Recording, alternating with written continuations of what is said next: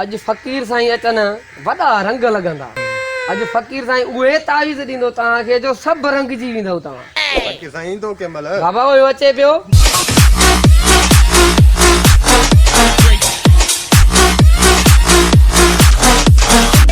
फकीर साईं तावीज़ जो को रक्षो वठा को बचड़े जी रोजी कया।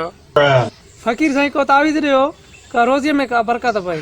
बाबा यो बुक दे तो सभिनी खे तावीज़ ॾियूं।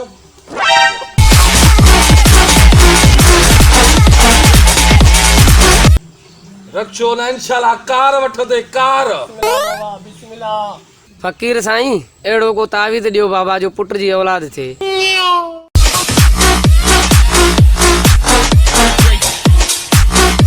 अचे बाबा रोजी में इतनी बरकत हुंदे यो तुझे खाइण को घड़िया। तावीज़ त जो था पुट न जमे त अल्लाह दी तो जे तावीज़ पंहिंजो असर न करे त बाबा अल्लाह साईं रहम कंदो।